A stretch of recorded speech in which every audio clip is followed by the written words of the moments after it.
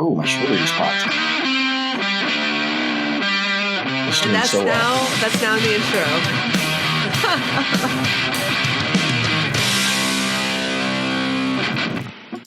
Welcome to the Get Offset podcast. My name is Emily. And my name is Andrew. Ooh, boy. But you were sounding really like normal in the pre-show chatter, and then now I'm coughing. It's coming and going still. I've still got, it's a month after I got COVID, and I'm still, coughing enough where like the other folks in the office are like, "You okay?" So I'm not dying. But but you're not testing positive. Correct. I haven't tested since I tested positive. So yeah, how are you holding up? I'm really close to there. It was pretty mild for me, so mild I just thought it was either allergies or a head cold. Though by the time I tested, I wasn't surprised. Sure. Allergies come and go a lot more than whatever this is. Yep. So, no, I feel fine. I have a good amount of energy, which is important because, I have a gig on Thursday. We're recording this on Sunday. That gives me, that puts me way outside of my quarantine period. Yep. So, yep. I'm practicing. I'm playing at the Royal Room in Seattle, which is a cool little joint that's like dinner and music kind of place. Yeah. It's really fun to play music to the sound of people like cutting up their entrees. It's like a very fancy feeling about it. That wasn't a joke. No, I believe you. That's that reminds me of like period piece movies where like there's the fancy ball or gal or whatever, and there's the jazz trio in the corner. Oh, totally. It's fun. It's more fun than like playing like an open house, which I've also done, where people are drinking and talking. And actually, I kind of like that. I was basically invisible in the corner, except for like the one or two dudes who just really wanted to talk to me. Right. That was. No one else with this party will talk to me, so I've got a captive audience. Like, I'm just trying to do my little finger-style chord melody arrangements of pop songs, and this guy just kept coming up, and he's like, "Oh, I want to hear some Eagles. We need something that rocks." I'm like, "That's not what I'm getting paid for." Freebird. Oh my god! He thankfully he just asked for the Eagles, not Freebird, but that's close enough. Right. And the same guy, he's like, I feel bad for you. You're just over here by yourself. And I'm like, and I'm doing my favorite thing in the world. And I'm getting paid to do it. Don't feel bad for me. I'm happy. It's a strange phenomenon being, upset on someone else's behalf without having talked to them. You're just being nice. Sure. Flirting or some shit like that. But nice shirt. For the people who are listening, Andrew is repping our friend Hillary's podcast Midriff, which you should all go subscribe to. Indeed. I got the shirt at NAMM, and I'm very excited, and I've been waiting to wear it on the show. Yeah, it's been a minute. Yep. Huge hat tip to Joan of Heart, who was filling in while you weren't feeling so great. So thanks, Joe. Thank you, Joe. And it was a lot of fun to watch the two of you chit-chat while I was recovering. Yeah, and if you're listening to this on July 5th, it's Joe's birthday. Oh, we should do something. I hope she likes the gifts. I think her partner Carlos got her an Epiphone. Oh, do you remember the model she posted it in the Discord? Yeah, it was red. It's red and it looks kind of Gretchish. Yeah, it's not. Looks very Gretchish. Gretchy. Gretchy. Yeah. Son of a Gretch. No, I don't remember the model name, but it looked really, really classy. Yeah, for real. Yeah, I think every lady deserves a guitar that makes her feel small because they're so big.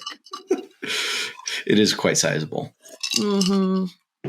It's like my Coronado too. It's thin, but it's got a big body, and I wear it really high. Yep. Oh my god. Well, happy birthday, Joe. We love you and appreciate you. HBD, Joan of Heart. And go subscribe to her channel. Pedal Playhouse. Yeah. She's really close to finishing up that Ma demo, I think, which I'm really excited to see. Mm-hmm. I see some of the test. So am I supposed to do shrooms before or after? That's deal. I would do it before, like 30 minutes before. Yeah.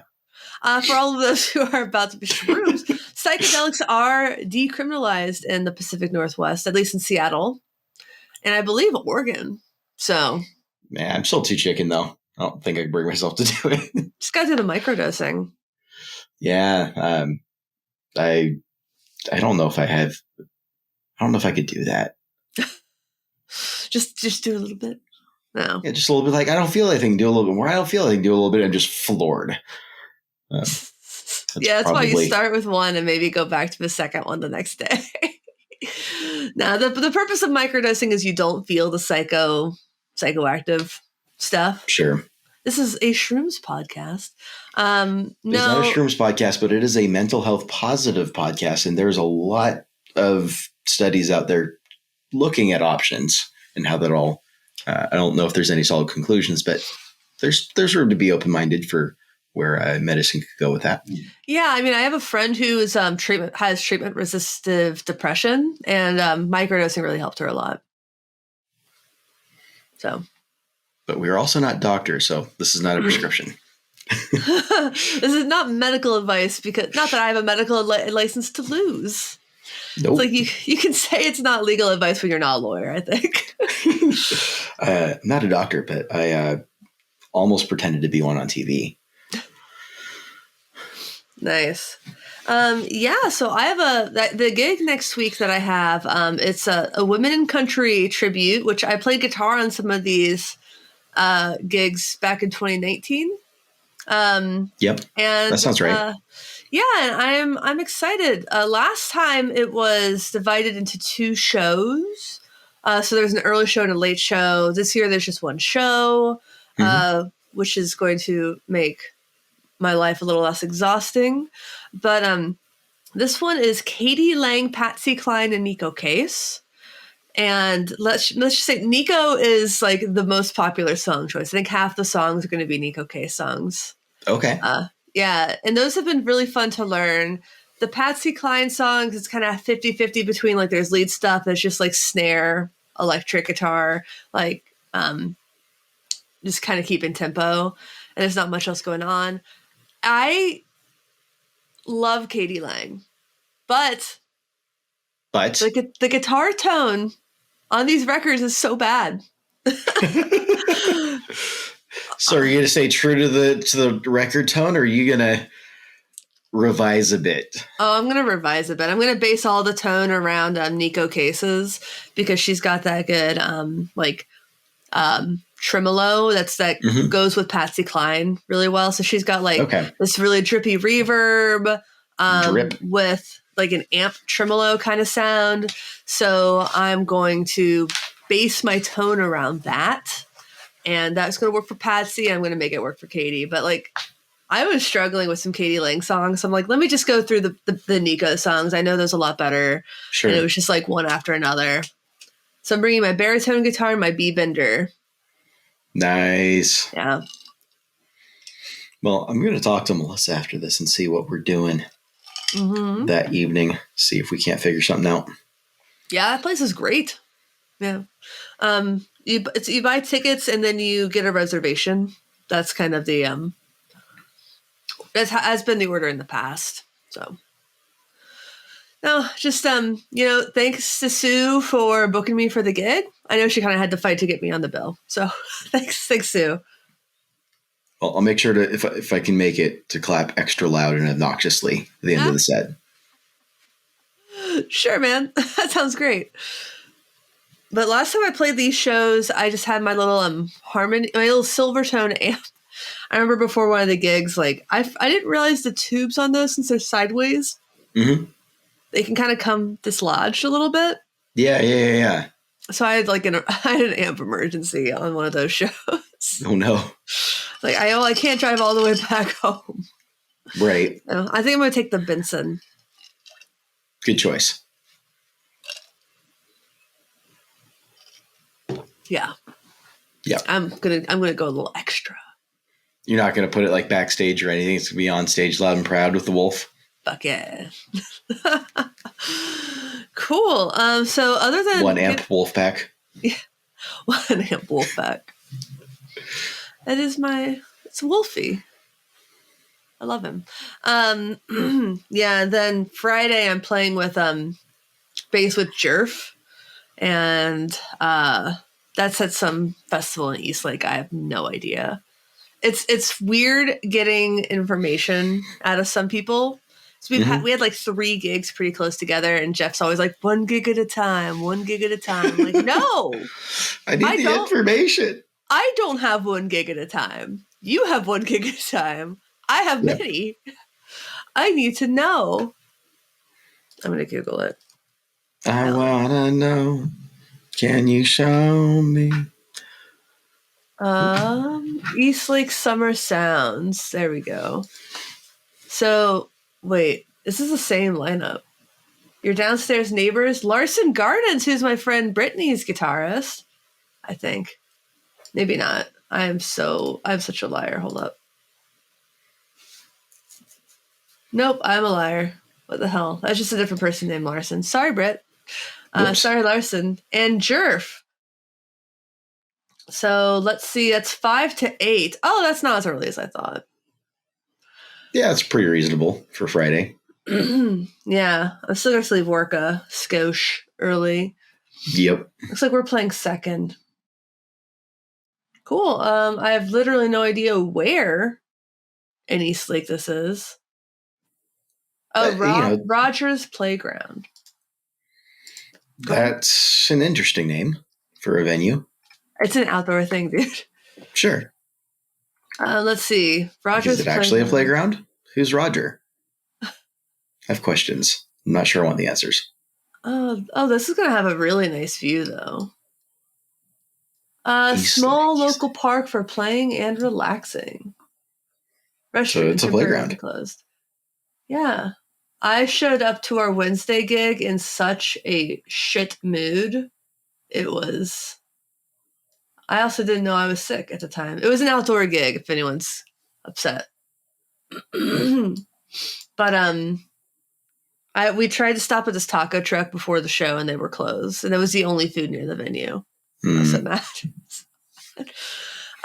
Yeah, that's what I've got. What's new with you, bud? What's new with me is I have been recovering for what feels like a month. So I got COVID from NAMM, and NAMM was absolutely worth it. Enjoyed every second of it, but did not enjoy the following week. And that was about like 85% of the recovery. It's been like the last 15% of it. So fatigue, continuing to sleep a lot, and it just that doesn't feel like enough. Brain fog has been really, really wild.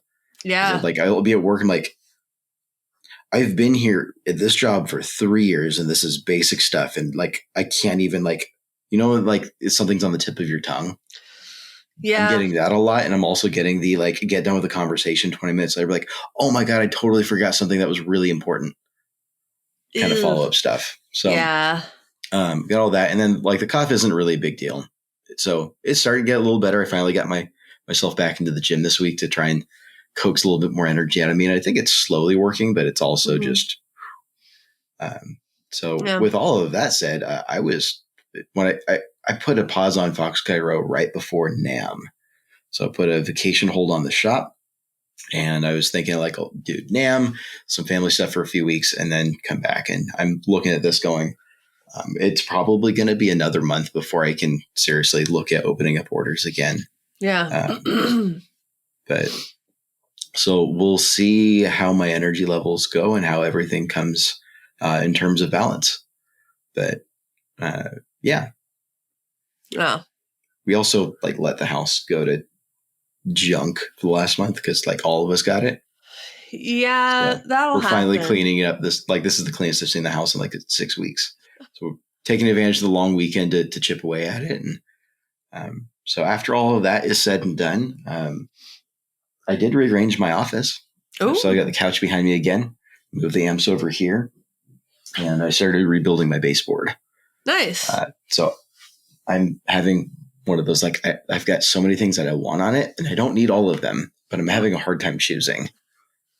I am very much influenced by like what I've been hired to play when it's comes. I don't have a board that's for fun, like just for like dicking around. It's Sure. all like, this is the Sunday Crush board. This is the Jerf board. This is this specific gig board. Yep. No, I don't have any of that. I'm just playing for me, and I miss that.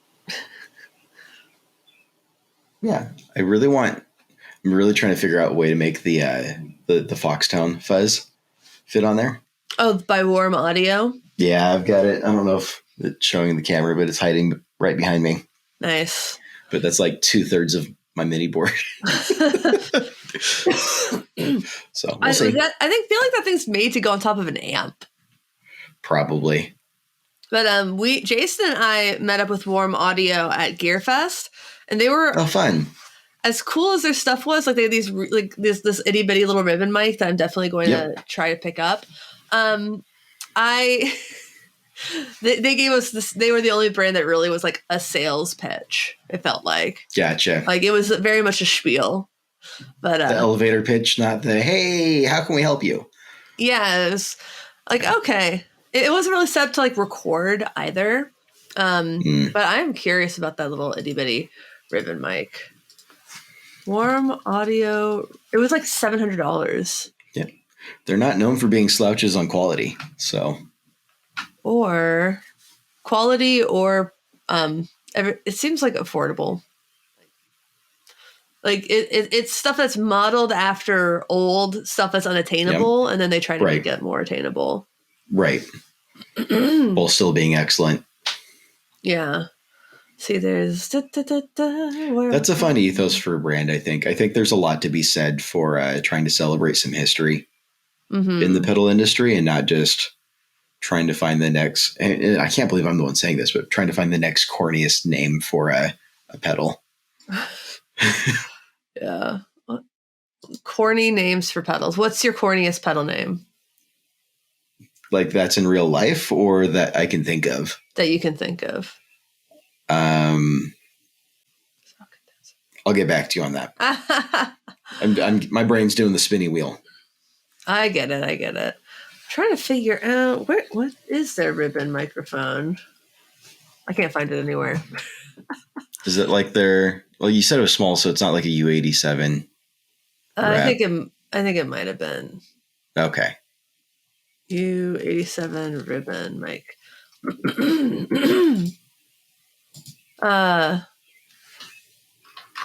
W8. No, that's not it. It was so small. Oh, I didn't know Royer made a $500 ribbon mic. Really?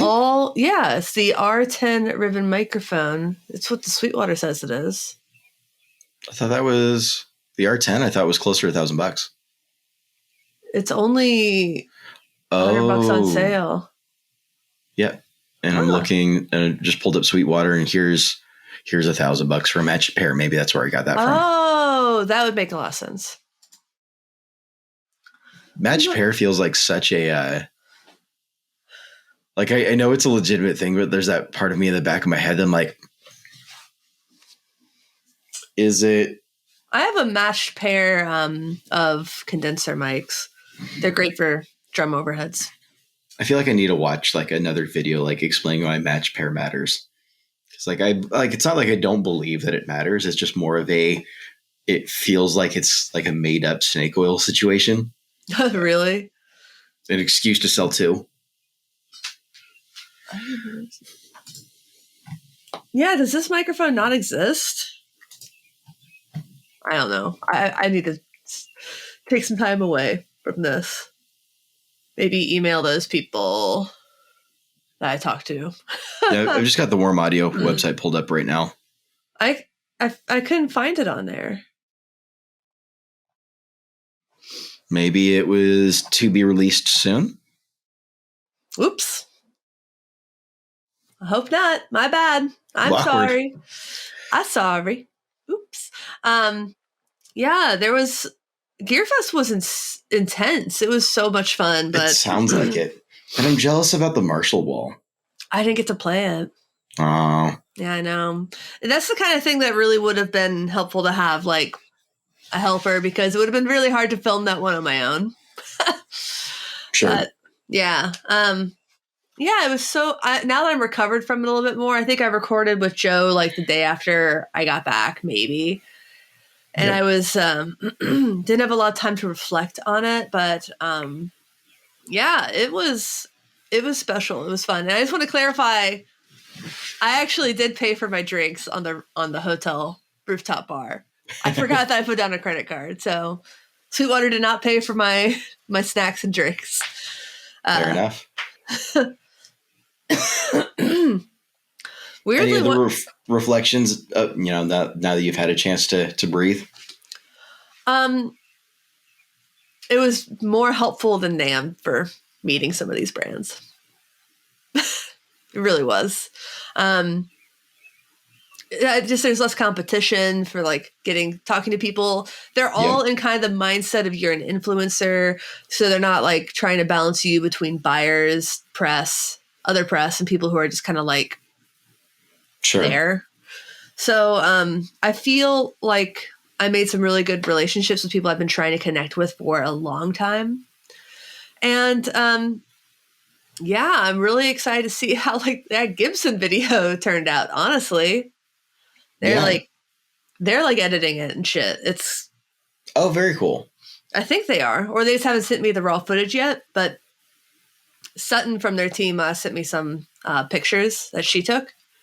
So I'm like, my hair will never look better in a video than it does in that Gibson one, because I just got it earlier that day. I'd had it cut and styled, courtesy of Sweetwater. That's pretty epic. It was great. My hair, it was so big.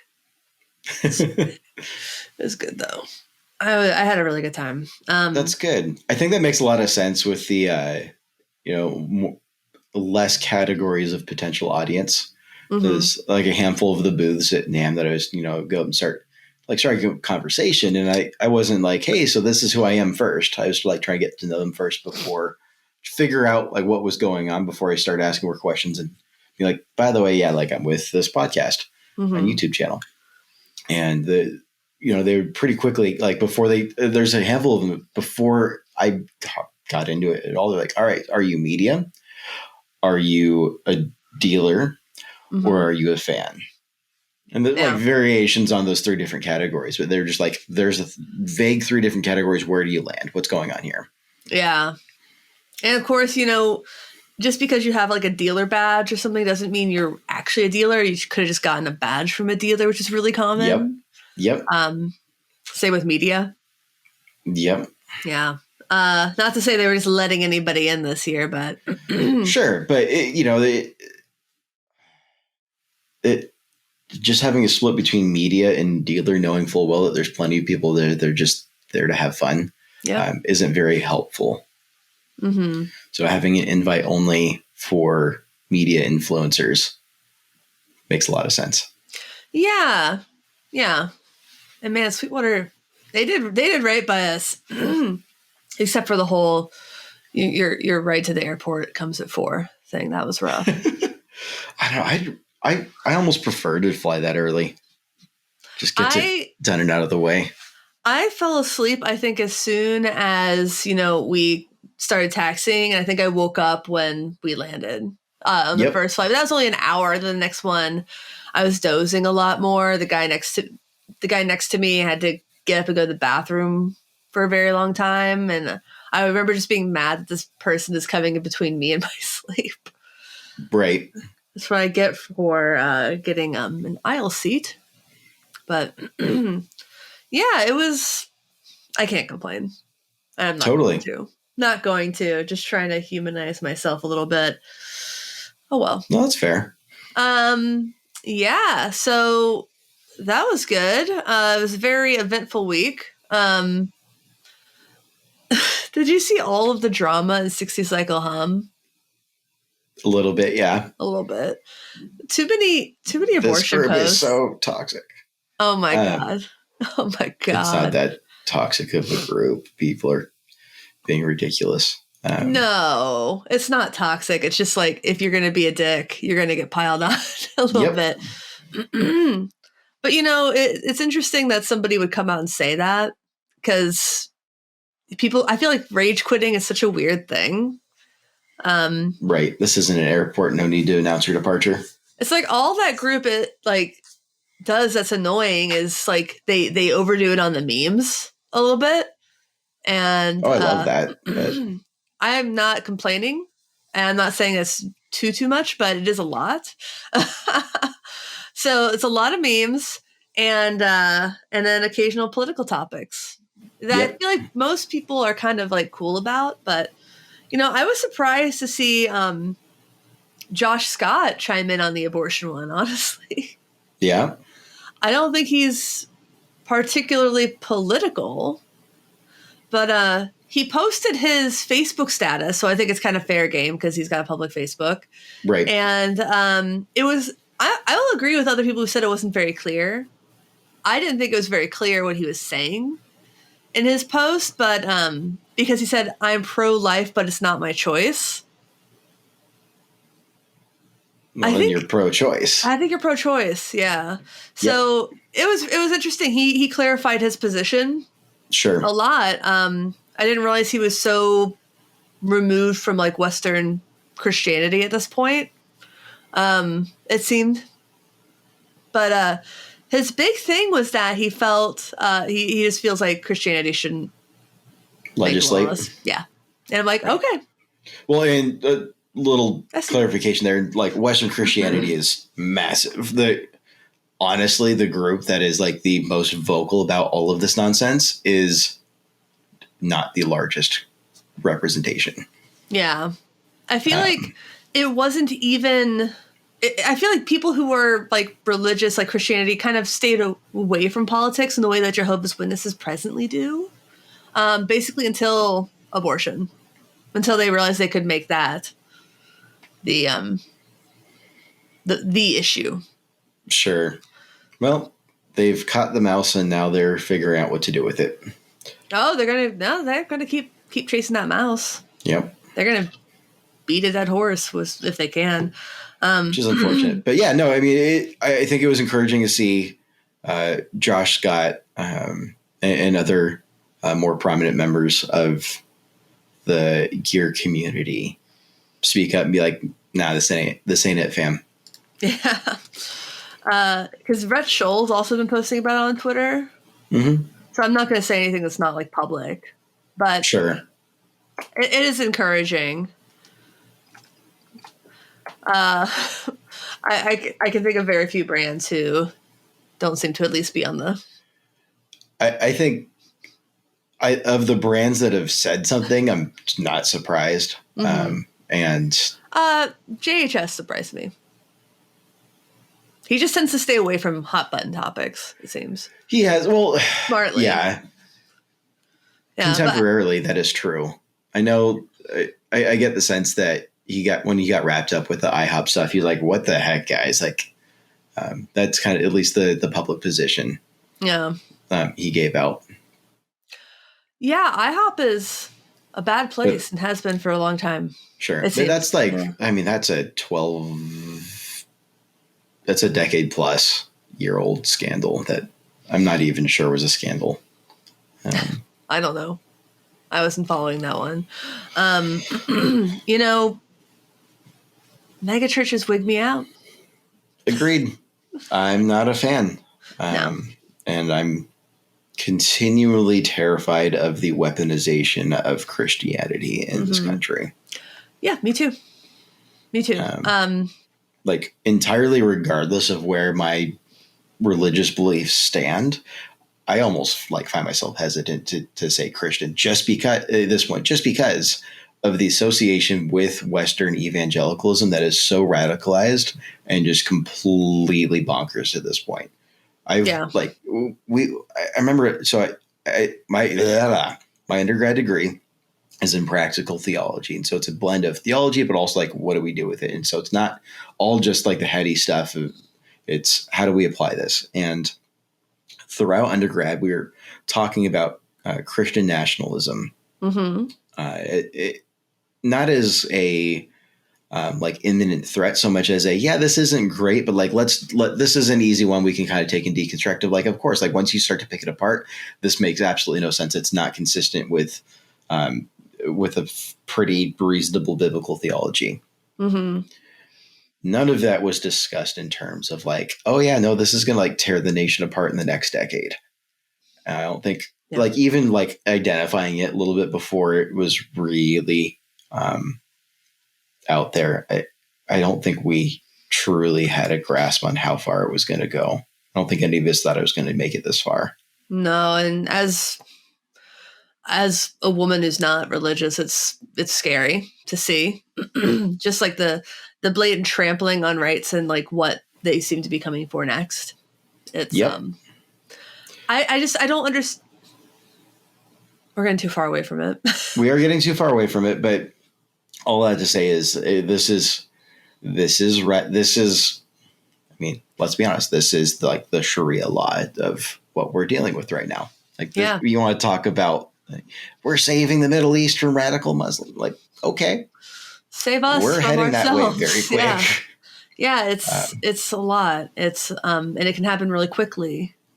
I think that we take for granted that we're a democracy when like you have to. It's like a marriage. Are we though? It's like a marriage. Like you can't just like neglect your marriage and expect it to be strong just because you took a vow when you got married. You have to constantly work on it. And, small little batches of work are better than big overhauls for success. And I just don't think we've maintained very well. And I can think of a few reasons why. Well, I'm not feeling particularly patriotic this weekend. No, and I have COVID, so I'm missing the big sales. The big sales. I'm going to partake in the sales. The big parties and stuff. So, no, I'm just going to be a homebody this weekend. Might spend some time with some family. That'll be about it. That sounds good. It's the circle in my life that matters the most. Yeah, I would agree. I am excited to just I just gotta practice guitar, frankly. Like I got a notebook. How many songs are you at do you have to learn for the show? 14. Ooh, that's so yesterday for a worship musician, that's unfathomable. Is that a lot? Yeah. Better than 20, better than 22, which is what I had to learn for the John Prine tribute night. And I'm not even sure because last time it was more performers and the idea was you do one of your songs with a band, you do one solo, and there's a sheet that says, do you want to do it with a band or solo? Of course, every single song people put they want to do it with a band. Yep. So I still have to learn Katie Lang's Down to My Last Cigarette, Wash Me Clean, Constant Craving, Miss Chatelaine. And then I've just, so snare guitar for Your Cheatin' Heart by Patsy, and She's Got You by Patsy. And then there's a Nico K song, Never Turn Your Back on Mother Earth. What's a cover that she does? And I'm just going to read the chart on that one because there's not lead guitar stuff. So yeah, the hardest one, the one that took me the most time so far was Hold On by Nico Case because that has a pretty wicked solo on it by a gentleman named Dallas from the Posies. That ain't right. I don't think that's right.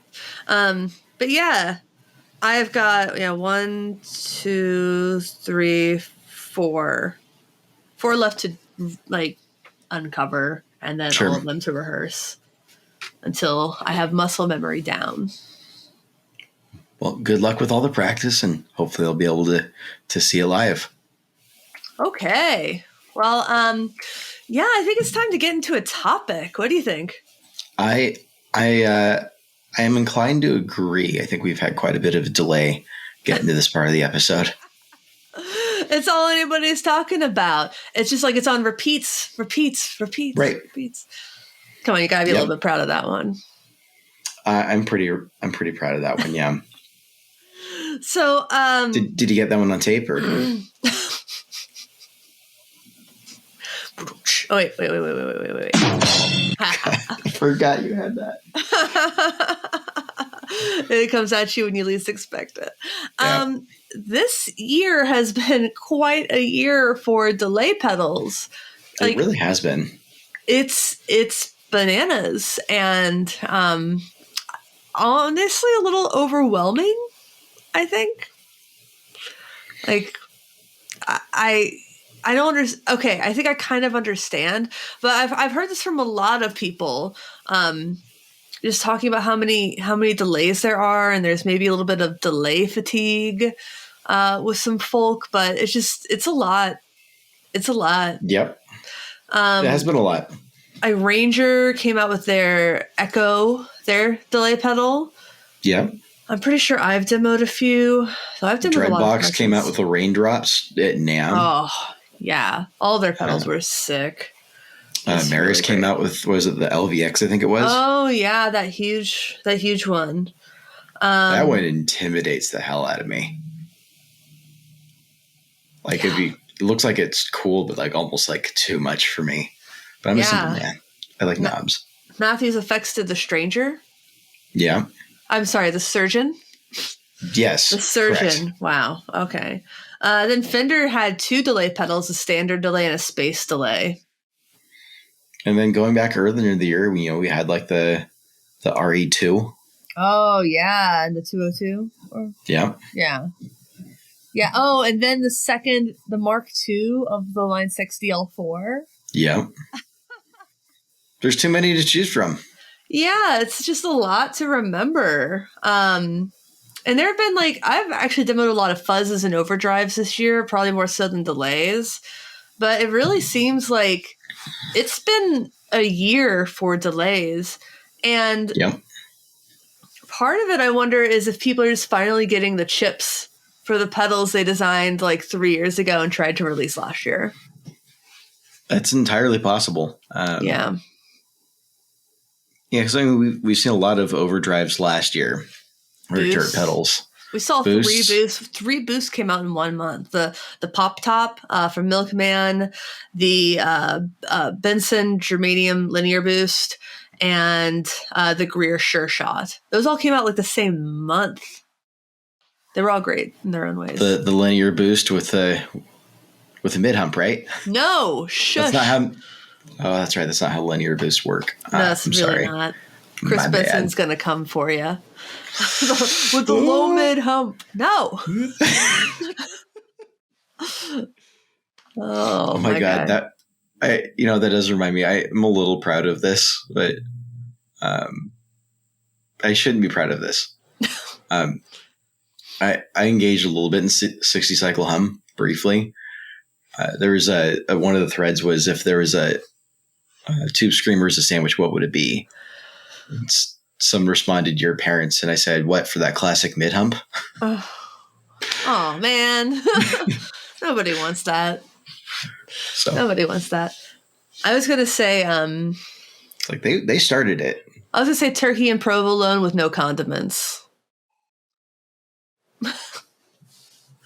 My mouth is dry thinking about that. Yeah, just a very dry. Hasn't been sitting in the open fridge deli section. Oh my God! For 3 days.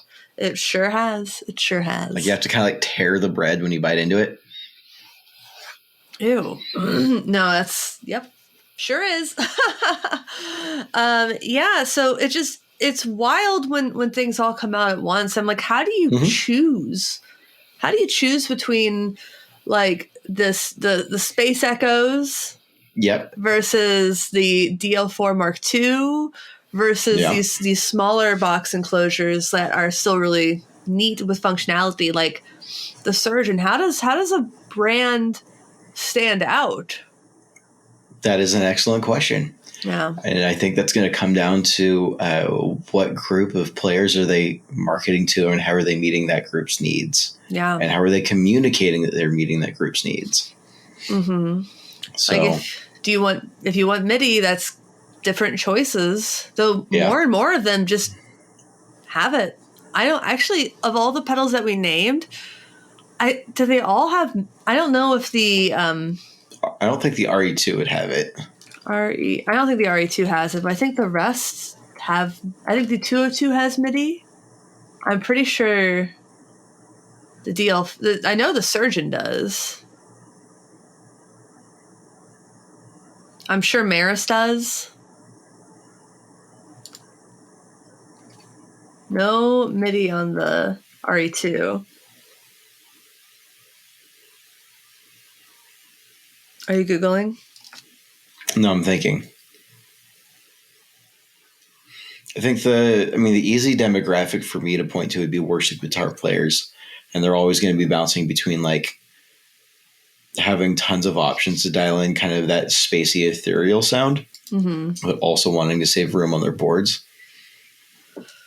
Yeah. It's like a DL4 is probably a hard sell for a lot of worship musicians because that was just huge. But they've been using them for years. DL4s. No, that was never really like one of the preferred ones. Like the TC Electronic Nova repeater was picked up and kind of preferred right around the same time, based on some of the earlier Hillsong albums. The DL4 does not transmit MIDI messages. But does it receive? Yeah. Yep. There we go. Yeah. So its features, its sounds, is uniqueness going to be as important? Because I remember the Surgeon had some unique like filter options that were my personal favorite. I really like the filter options, but is that too niche of a sound to really speak to a large group of people? Or more and more people are just going to be making decisions based on I like that company? I think that's going to fall into the category of I like that company and or like with the uniqueness factor. Like if you don't have a gig that you're playing and you're just playing at home, that might even be more appealing because part of the fun of playing for yourself at home is you don't have to worry about making bad sounds and you just kind of have fun with it and explore. Yeah. That's kind of the appeal. For sure. Yeah. So that's part of it. I mean, I think about the boosts that came out recently last year and they were all different. There was the pop top that like unity gain was at 0 and it got really, really loud. The linear germanium boost by Benson, obviously pretty unique. That was very much a sound gooder kind of pedal that got pretty dirty. Yep. And then the Greer Sure Shot was a dirty boost. Like it was almost a gain pedal. Right. So different strokes. Different strokes. The DL4 Mark II has a ton of sounds in it, including reverbs. Does that make it over-engineered? I don't know. Do people want simple? It's a lot of stuff without screens. Sure. I think for the majority of the folks that I have played with that end up getting some of those more involved units is they don't end up going through every single preset. No. They just don't. You can't. So at a certain point, like you've gone so far that no one's going to get to the bottom. No one's going to check preset 97. Yeah, unless you intentionally start by going backwards. Right. So I think from that point, it's not so much as an exploration, so much as a what sound are you getting it for, and then you just dial in that sound and call it. Yeah. And I think that for me, that makes the RE2 more appealing than the RE202, because if I can get more or less the sound that I want from like that space echo sound and just like set it and forget it, that sounds pretty appealing. Yeah, you are missing out on some features with the 202 versus the 2. Obviously, they couldn't fit everything in that bitty little package.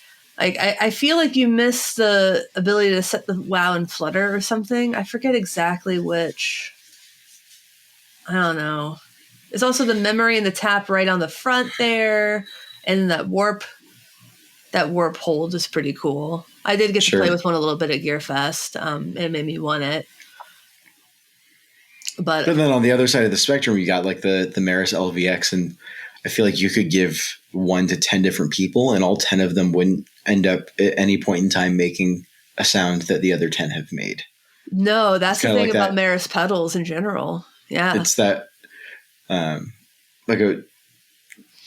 like kind of like an open world game versus like, here's the levels in your game. And here's the limited things that you can do. Yeah. And you really have to, as a builder, make sure that you are showcasing the widest variety of sounds. Sure. Because honestly, if somebody wants one type of sound in one song and another in a different song, like the LVX has like low 5 pitch reverse and a big crush kind of sound, granular sound, comb filter loop. So they do a good job on their website. They're like, here's just like a smattering of presets, just vaguely showcasing what this can do. And I think that's more important than trying to show off every feature. Yeah. Yeah. The experience is getting to explore it. Yeah, this is the kind of pedal where if you do a demo, you couldn't explain everything. It's like it's like demoing a synth. You really can't get into every single thing in depth, which is what I'm struggling with right now with the synthesizer. It's hard. It's hard, dude. Baby's first synth. Okay, so maybe the gaming analogy wasn't the worst thing. So let me play with this for a second. So, a lot of, when I think of like a demo tutorial, let's say like for a 3-knob pedal, like you learn the entire pedal inside and out and how to use it and you're all good to go. Whereas maybe something a bit more involved, it might make more sense to treat it more like a game tutorials, like Age of Empires 2 is the game that I play a lot. There's that were Longshanks tutorial, I think is their tutorial campaign, but it's a really short campaign. Basically, they start you off with, you've got no control. Like you got one control, you can move units around, then they give you an option to build, and they like slowly build it in. Like, here's the basic mechanics of the game, and then from here, possibilities are endless. Knock yourself out, kid. Yeah. And I wonder if that, for more complex pedals, needs to be more of the mindset around it, rather than I want to hear everything this unit can do, because now you're giving people the tools they need to succeed, so to speak. Yeah. And that's the appeal. And that's what I'm looking for like my synthesizer. I'm looking for little bite-sized demos or something that's comprehensive, that has chapters. Because the thing about breaking up videos into smaller tutorials, there's a lot of drop-off. So like the more advanced you get, basically, unless it's a very specific problem you're solving that a lot of people have, it's not worth the time it takes to make that kind of video. Yep. A lot of drop off. So when I work with people like Matt from Yamaha, and it's like a complicated device like the Catalyst 100, like there's a lot of sounds in that amp, and I would have been stupid to try to cover them all. He's like, just maybe go through them, because I know that's what you do, but just play a couple of your favorites, and just showcase what you love or like or dislike about that amp. And that really takes a lot of the pressure off, because you're like, okay, I just need to do a couple of things, showcase like 3 or 4 things, so people can get vibes from different. That's another reason brands hire different demo artists, because I'm not going to get the same kind of sounds as Ryan Burke or Ann Sikowski or Emily Hopkins, because we all have different tastes and styles. Yeah. And we want something that's going to appeal to the people who understand and like us for our tastes and styles. No, it makes a whole lot of sense. I think it's nice to see more of the delays come out this year. I think inherently delay is more potentially creative and open-ended of a effect than dirt is going to be. There's just a lot more that you could do with it. And so seeing the different ways that people have kind of taken it and run with it is really neat. Yeah. People are really picky about dirt pedals. Yes. And so much of, I feel like more than other pedals, like what you're playing through, what you're playing into, really changes the dirt. characteristics a lot. So it's like, oh, cool. I'm really glad this person is demoing this pedal with their specific amp. That's weird. And their specific guitar with P90s. But like, I don't have a lot of, if you don't have a lot of guitars with P90s and you're not playing through an amp that's anywhere similar, then you can get a feel for like the controls and stuff and how it sounds through their rig, but not, you're still going to need to buy it and try it with your own rig before you realize, just can discover if you actually like it or if it actually works for you. Yep. Yeah. Yep. But speaking I like of the idea. I'm finding myself becoming more of a just play for the experience kind of person. Sit down and plug in with the amp and not worry about how I sound and just kind of dig into it and see what happens. Nice. Yeah, for sure. Sorry. Trying to not cough. I know the feeling. Yeah, I added the silk tone fuzz to my baseboard.